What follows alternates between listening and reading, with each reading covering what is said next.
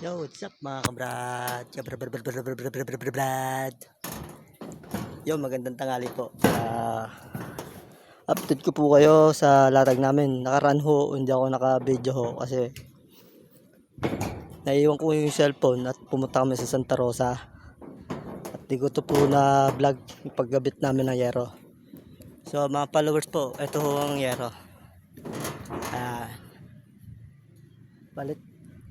Palit baklas po yan, baklas kabit.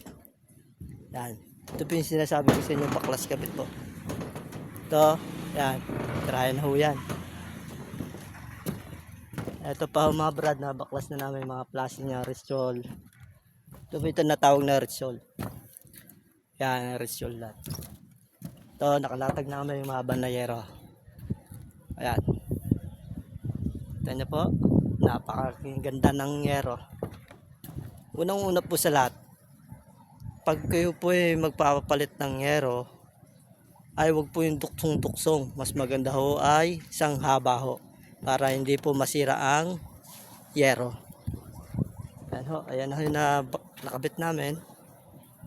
0.6 po ang kapal ng yero. Ayun. Ito ho, ang Ristol din po, ang kapal ng Ristol din po niya, 0.6.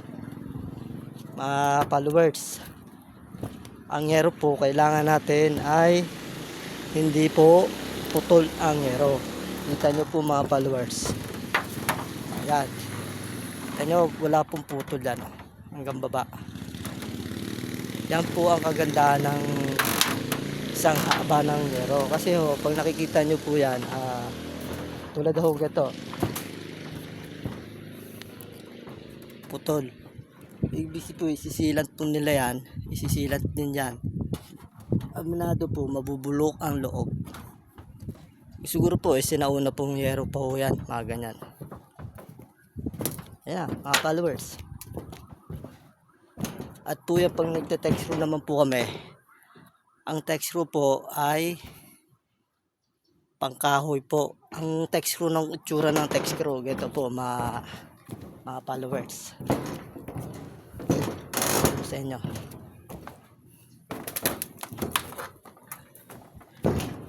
Ito po ang pangkahoy. Ang pambakal po iba ho, kasi iba po ang text screw sa pangkahoy, tsaka ang text screw sa pambakal. Ito po yung ginagamit namin na text screw. Ito. Yan mga followers oh. Yan. Kailangan po ay may ganito po yan, para maiwas ang tulo sa ibabaw. Kailangan po lagi natin magte-text screw ay tamang-tama lang po, huwag masyadong lubog. Tulad po yan. Ito po mga followers, pakita natin ha. Yan. Pinuguhitan po namin yan. Yuhit po dito para dire-diretso po yan pag ganun. Yun po ang susundan na guhit ng magte-text screw po. So mga followers, ano pa ho inahantay nyo? Mag-comment na po kayo sa J4R. Tapos lang din ho namin sa Paranaque at palit yatter lang po yun. At inalan din po namin yung mga yero doon.